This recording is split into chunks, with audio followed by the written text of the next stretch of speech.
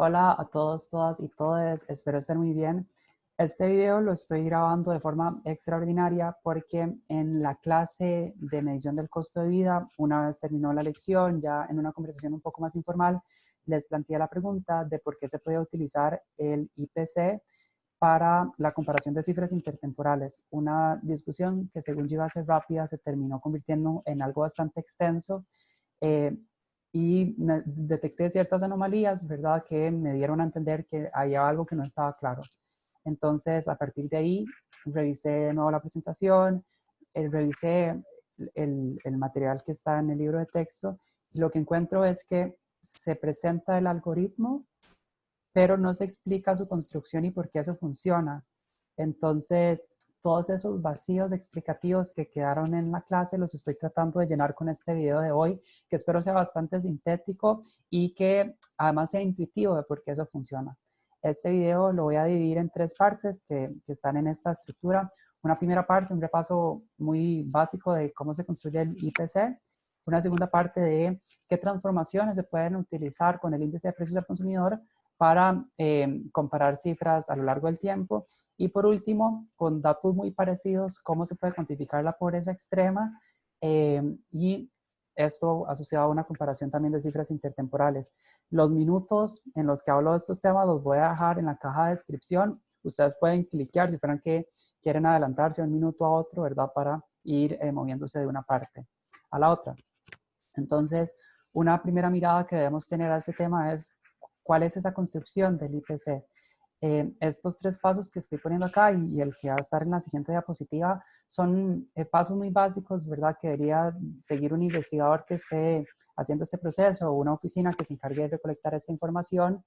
Lo primero es, se debe realizar algún tipo de encuesta que capture cuáles son los hábitos de consumo de una población. Hábitos de consumo que va a ser cuáles son los bienes y servicios que se consumen y en qué cantidades. A partir de esa recolección de la información, ¿verdad? Que se puede hacer a una población, que sería lo ideal, ¿verdad? Pero si no, a una muestra que por lo menos sea representativa de esa población. Con esa información, entonces, se debe analizar cuál es el consumo promedio. Eso es algo realmente muy arbitrario, ¿verdad? De país a país puede cambiar el criterio, pero por lo menos lo que se decide para Costa Rica es que un producto se cataloga dentro de la canasta promedio si cumple estos dos criterios. Representar el 0.05% del gasto de un hogar, es decir, si un hogar tiene, por ejemplo, 100,000 colones de ingreso, debe por lo menos gastar 50 colones en ese producto, pero no solo 50 colones en ese producto, sino que ese producto debe estar consumido no por un hogar, sino por el 5% de los hogares. Entonces estamos hablando de una lista bien específica de productos que de nuevo lo que hacen es de alguna manera ilustrar el consumo promedio de los costarricenses o la muestra de población de la que se esté recolectando, ¿no? Una vez se hace eso, el siguiente paso es cuantificar el costo de la canasta. Aquí estoy poniendo una fórmula que sintetiza cómo se hace eso. Básicamente es simplemente sumar precio por cantidad para cada uno de los productos que cumplen el criterio de ser un producto dentro de la canasta promedio.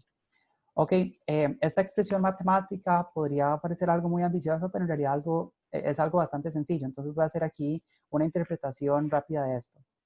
Esta digamos, este símbolo es una sumatoria que va desde el i igual 1 hasta el n, donde i está representando cada producto. Entonces, para cada producto vamos a multiplicar precio y cantidad y hacer una sumatoria de esos precios y cantidades. Hay n productos. Ahora, hay dos cosas que están fijas y es las que les estoy poniendo como esta línea superior o este techito, que lo tiene la n y la cantidad, porque por metodología hay dos cosas que se quedan fijas en el IPC. ¿Cuáles son esos productos? Se quedan fijos y cuánta cantidad de esos productos se consumen se mantiene fijo. De forma que de un año a otro se mantienen las cantidades y cuáles son esos productos, pero lo que se va viendo son los cambios en precios y es justamente lo que queremos hacer con la medición del costo de vida, ¿verdad? Para ver la inflación. Tema, ¿verdad? Que sabemos que esto representa una limitación, pero ya fue discutida en clase. Siguiente paso sería entonces, ya teniendo esa medición del costo de vida, en este caso tenemos 3 años, tenemos 1980, 2015 y 2020. Esto es un ejemplo hipotético, pero se hace esta sumatoria, ¿verdad?, de precio por cantidad para los productos que entran con los criterios de producto promedio. Un costo de la canasta para el 80 de 502 colones, para el 2015 de 50.000 colones, para el 2020 de 53.412 colones. Noten que el costo de la canasta está expresado en unidades monetarias que aquí son colones. Para pasar al IPC, el IPC no está medido en colones, no está medido en dólares y en general no está medido en unidades monetarias porque es casualmente una relativización de la información de los costos de la canasta. Es algo muy sencillo, simplemente consiste en tomar un año base y comparar todos los datos con ese año base. La forma en que hacemos esto, por ejemplo, para 1980 es tomar el costo de la canasta de ese año, 502 colones, dividirlo entre el costo de la canasta base, de la canasta promedio, perdón, en el año base, 50.000 colones, y lo multiplicamos por 100 y nos da 1. Replicamos esto para los demás años. Noten que para el año base siempre va a coincidir, ¿verdad?, con que su índice de precios al consumidor va a ser de 100, y bueno, para 2020 nos está dando de 106. Simplemente viendo esta información podemos hacer una serie de lecturas rápidas. Por ejemplo, si consideramos el año base con años siguientes donde es esperable que hayan procesos inflacionarios, la diferencia entre el 100 y ese número que va a ser mayor a 100, esa diferencia va a ser la inflación. En este caso, la diferencia entre 100 y 6 es 6, va a haber 6% de inflación entre 2015 y 2020. Ahora, si hacemos más bien la interpretación hacia atrás, donde se espera que los precios hayan sido menores, por ejemplo, entre 2015 y 1980, lo que podemos decir es que los precios de los productos que componían la canasta promedio de 1980 representan un 1% de los precios de esa misma canasta, pero en el año 2015. Una mala lectura que se puede hacer de esto es como, por ejemplo, de 1980 a 2020 decir que hubo un 105% de inflación. Eso está mal. Si quisiéramos hacer comparaciones entre 2 años que no están en el año base, lo que queda hacer es la aplicación de la fórmula de tasa de crecimiento. Sería tomar la información del año nuevo, restar la información del año viejo, dividirla entre la información del año viejo y multiplicarlo por 100. En este caso, utilizando esta fórmula, nos da un 10.000% de inflación de los precios, ¿verdad?, de la canasta entre el 80 y el 2020. Ok, muy sencillo. La tarea que tenemos entonces es cómo utilizar esta información de los índices de precios al consumidor, que repito, su unidad de medida no son colones, no son dólares, no son unidades monetarias, porque es la relativización de dos informaciones. Cómo utilizar esta información entonces para comparar cifras intertemporalmente. Lo que queremos hacer es una transformación de estos coeficientes que sea útil para lo que queremos hacer. Es algo muy análogo a, por ejemplo, cuando estamos utilizando una información de velocidades, distancias y tiempos. Por ejemplo, si a mí me dicen que un carro va a una velocidad de 20 kilómetros por hora y me preguntan cuántos kilómetros va a recorrer en 3 horas, bueno, utilizo estas unidades de medida. La velocidad está medida en kilómetros por hora, el tiempo está medido en horas, ¿verdad? Entonces multiplico 20 kilómetros por hora por 3 horas, dos números, ¿verdad?, con unidades distintas, pero que cuando analizo estas unidades me están cancelando horas en este denominador con horas en este numerador. Se me cancelan horas con horas, me quedan kilómetros y al final la respuesta que doy es que en 3 horas a esta velocidad de 20 kilómetros por hora puedo recorrer 60 kilómetros, ¿verdad? Que es, digamos, esa unidad que prevalece. Nosotros vamos a hacer algo muy parecido, pero en esencia es algo bastante sencillo. Nosotros estamos interesados en corregir los montos por la inflación, básicamente. Por ejemplo, si el año pasado un lápiz o un lapicero costaba 100 colones y la inflación del año pasado a este año fue del 2%, entonces el lápiz este año debería costar los 100 colones corregidos por la inflación. La forma en que hacemos eso, ¿verdad?, muy parecido a lo que hacemos con tasa de interés, es multiplicar ese número por sí mismo, los 100 colones, y sumar la multiplicación de ese número por la tasa de crecimiento, que en este caso es 2%, ¿verdad? Entonces, 100 por 1 más 0,02, ¿verdad? 2%, 0,02 expresado en formato 0,1, ¿verdad? Me está dando 102 colones, que es 102 el precio que debería tener el lápiz este año, considerando el precio inicial y la inflación que se dio entre un año y otro. Entonces, es algo muy sencillo, ¿verdad? Tomar el monto inicial, multiplicarlo por sí mismo y sumarle también la multiplicación de la tasa de inflación. Tasa de inflación que la encontramos a partir de ver cuánto creció el IPC. Muy bien, entonces, tomando información de un ejemplo hipotético, estamos interesados en llevar un monto del año 2015, que lo estoy poniendo aquí como este cuadro azul, lo estoy poniendo en genérico, podría ser cualquier monto, pero la importancia es esto que está aquí entre paréntesis, unidad de medida son precios del año 2015. Y utilizar, ¿verdad? Las canastas, los costos que tienen o eventualmente el IPC para el monto del año 2015 que está medido en colones, pero en colones del 2015, medirlo también en colones, pero en una unidad distinta, porque si bien es cierto, siguen siendo colones, van a ser colones del 2020. Entonces, algo que yo puedo hacer de la misma manera en que multipliqué kilómetros por hora con hora para tener kilómetros, voy a multiplicar por el precio de la canasta en el año 2020 y dividirlo entre el precio de esa canasta en el año 2015. Estoy teniendo una misma unidad de medida llevada en dos momentos distintos del tiempo, entonces es una comparación objetiva, pero que además es funcional a la hora de yo querer cancelar estas unidades. ¿Por qué? Porque, ojo, que la canasta, 50.000 colones, son 50.000 colones del año 2015, que se me están cancelando con el monto que yo estoy midiendo del año 2015. Y la unidad de medida que prevalece son los colones del 2020. Entonces, al final, esto me da un número, ¿verdad?, que está expresado en un precio o en unidades de medida colones del 2020. Ahora, ¿cuánto cuestan las canastas? Supone que yo sé el precio de los productos, ¿verdad? Es información que no está disponible fácilmente de forma pública. Entonces, voy a considerar una, no dificultad, pero una naturaleza, ¿verdad? En la que es difícil conseguir esa información y la única información con la que yo cuento es con la información de los índices de precio, que sí que son disponibles sencillamente buscándolos en Google, ¿verdad? En Costa Rica lo pueden encontrar en el INEC, lo pueden encontrar en el Banco Central, es fácil de conseguirlo. Resulta que con esta información yo también puedo expresar el monto del 2015 en términos de unidades del 2020. ¿Cómo puedo hacerlo? Bueno, básicamente esta división de 53.000 entre 50 es lo mismo que voy a encontrar multiplicando o haciendo la multiplicación de la fracción 106 entre 100. Esta fracción, si yo la simplifico, me da 1,06, donde 1,06 es 1 más 0,06. Entonces, en esencia es tomar ese monto del año 2015, multiplicarlo por sí mismo y sumarle la multiplicación de ese monto por 0,06, donde 0,06 está haciendo referencia al 6% de inflación que hubo entre 2015 y 2020. En este caso, ¿verdad? Yo creo que queda bastante claro que a pesar de que los índices de precios no están expresados en unidades monetarias y pareciera que no estoy haciendo esa cancelación, en realidad es un mismo proceso, ¿verdad? Donde estoy corrigiendo por inflación ese 6% de inflación y al final estoy teniendo expresado en monto, ese mismo monto, pero en unidades del 2020. ¿Ok? Hagamos el mismo caso ahora para 1980.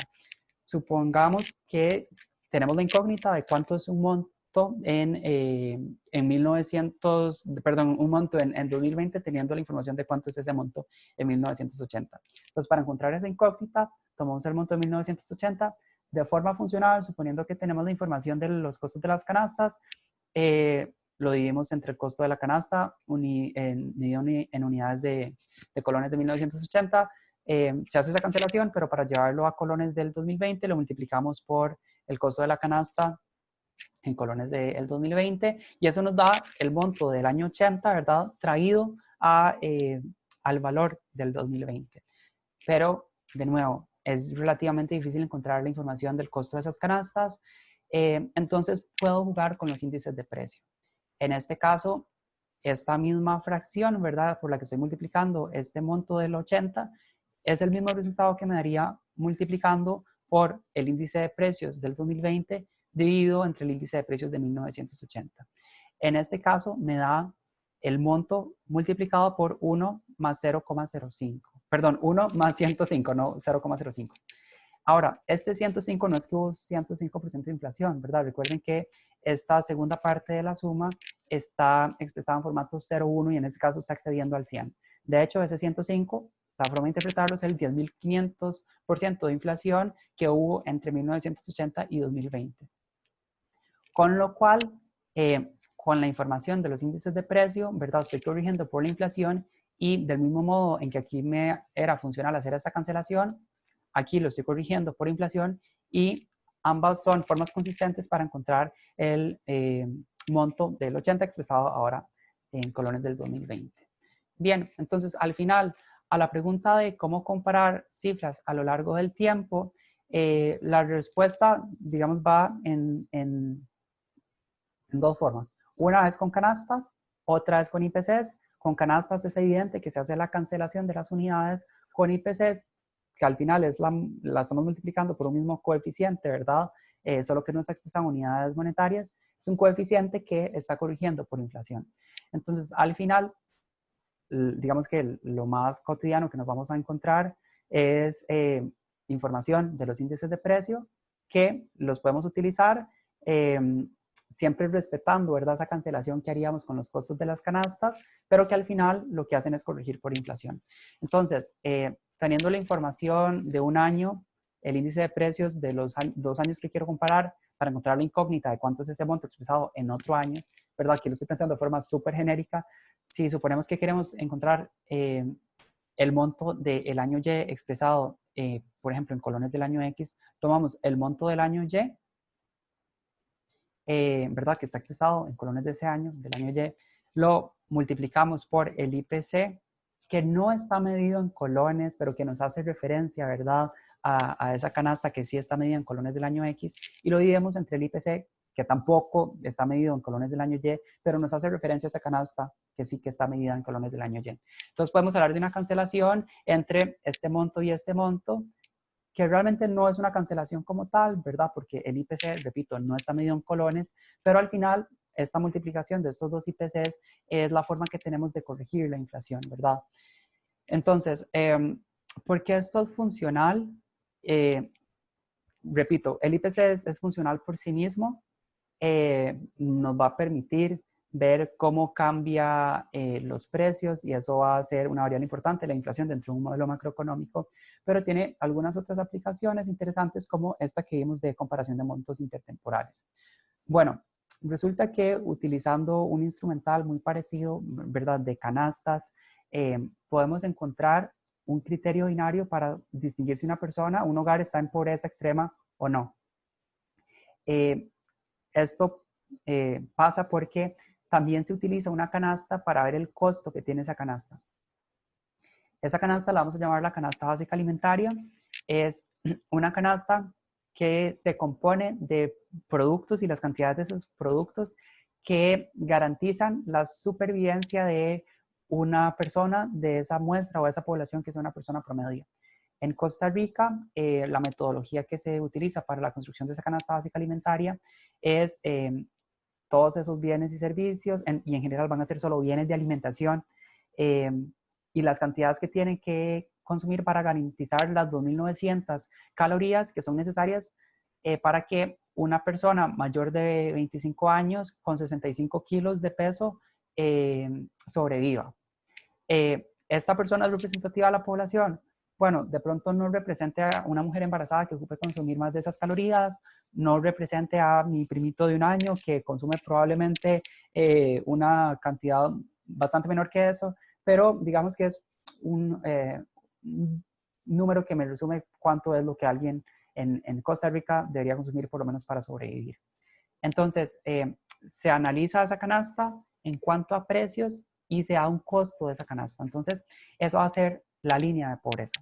La línea de pobreza, entonces, es un monto en colones que me permite decir, si una persona tiene un ingreso por debajo de, la línea de esa línea de pobreza extrema, es una persona entonces que está en condición de pobreza extrema. Si una persona tiene un ingreso por arriba a esa línea de pobreza extrema, es una persona que tiene un ingreso suficiente como para poder garantizar el hecho de comer.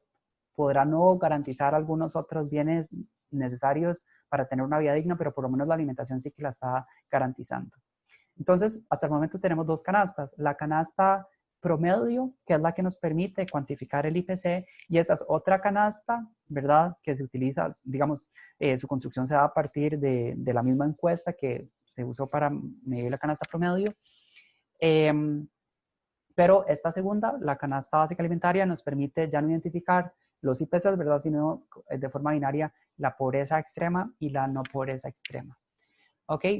En Costa Rica, en 1980, esto es información que encontré de un estudio que tiene el INEC, el enlace lo puedo dejar en la caja de descripción. Decía que el ingreso que tenía que tener una persona con esas características, ¿verdad? Que dijimos antes, para garantizar su sobrevivencia, era de 10 colones por día, que si lo llevamos a términos mensuales, entonces la canasta básica alimentaria en el año 80 andaba por ahí de los 300 colones. Ahora, son 300 colones que llevados a términos de hoy es difícil de saber, ¿verdad? ¿Qué sacrificio representaba antes 10 colones o 30 colones de forma mensual? Entonces, podemos casualmente utilizar el algoritmo que ya sabemos nosotros cómo funciona, ¿verdad? Para traer los 300 colones a colones del año 2020. Para esto vamos a hacer uso de el índice de precios al consumidor, que está en este caso expresado en el promedio anual de ese índice de precios, que tiene como mes base junio 2015. De hecho, si vemos el 2015, vean que es un número bastante cercano a 100. Si lo ampliáramos, ¿verdad? Si lo desagregáramos a forma mensual, justo junio 2015 tendría el valor de 100. Aquí lo que tenemos son los promedios. Esta base de datos, y si ustedes quisieran utilizar, la verdad, para hacer comparaciones de precios entre años, también el enlace lo voy a dejar en la caja de descripción para que lo puedan descargar y hacer uso de esto. Porque yo creo que es muy interesante, ¿verdad?, hacer viajes intertemporales a partir de los precios. Entonces, ¿qué datos ocupamos nosotros? Básicamente ocupamos el IPC del año 80, ocupamos el IPC del año 2020 y ya tenemos estos 300 colones. Son estos datos que estoy planteando aquí en negrita o en mayúscula. Utilizo esa información, ¿verdad? 106 colones, pero no 106 colones, ojo, porque el IPC no está medido en colones. 106, ¿verdad? Punto 33, en comparación a junio de 2015, podríamos hablar de 6.33% de inflación. En 2020, 1980, un IPC de 0,72. Lo que podemos decir entonces es que en el año 80 los precios fueron 0.72% de lo que fueron los precios en la canasta promedio del mes julio 2015, junio 2015. Entonces, utilizando este algoritmo, nos da que 300 colones en el año 80 son lo que en el año 2020 veríamos como 44.370 colones. De hecho, en el INEC se publica en abril de este año, en 2020, que la canasta básica alimentaria ahorita tiene un valor de 47.691 colones. Entonces, claro, es más objetivo comparar 44.370 con 47.691 y decir, la canasta base sí que ha aumentado su precio, ¿verdad? Pero si lo extrapolamos con los 300 colones de 1980, ahí pierde objetividad porque estoy comparando colones de 1980 con colones de 2020. Entonces, puedo decir, pucha, sí, se ha aumentado el costo de la canasta, pero tampoco tantísimo, ¿verdad? Ha aumentado lo correspondiente a 3.000 colones del año 2020. Entonces, otra cosa que yo podría hacer, ¿verdad? Es más bien los 47.000 colones que representa la línea de pobreza ahora y llevarla a colones del año 1980. Entonces, para encontrar esa cancelación, que al final sabemos no es una cancelación porque no estoy cancelando mismas unidades, puesto que el IPC no está medido en colones, pero mantengo, digamos, esa correspondencia. Tomo los 47.691 colones, que es el costo de la canasta base en abril 2020, lo multiplico por 0.72 respectivamente, ¿verdad? Por el 1980, lo divido entre el IPC del 2020 para cancelar colones del año 2020 con colones de la canasta del 2020, ¿verdad? Y me da que 47.691 colones del 2020 son lo que corresponde a 322.46 colones de 1980. Entonces, de nuevo, es poco objetivo comparar los 47.691 colones, que es la línea de pobreza extrema actualmente, con los 300 colones de 1980, pero sí que puedo comparar 322 colones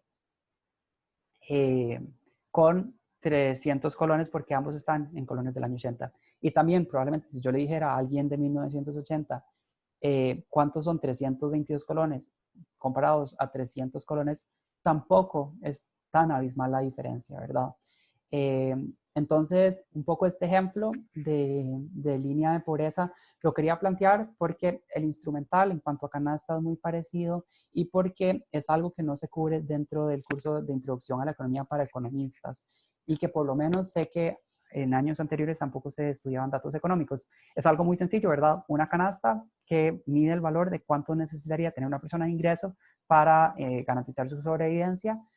Tuve datos interesantes sobre 1980 que los comparé con lo que sería ese mismo costo para el 2020 y lo que encontramos es que tampoco el costo de la canasta ha aumentado tantísimo, ha aumentado más o menos, ¿verdad? Por ahí de 3.000 colones, de poquito más de 3.000 colones en estos 20 años, ¿verdad? Estos, perdón, 40 años. Entonces espero les haya sido muy útil este video. Les repito, voy a dejar los enlaces en la caja de descripción a todas las cosas que mencioné. Y bueno, espero les haya sido útil. Nos vemos en clase y muchas gracias por llegar hasta el punto. Hasta luego.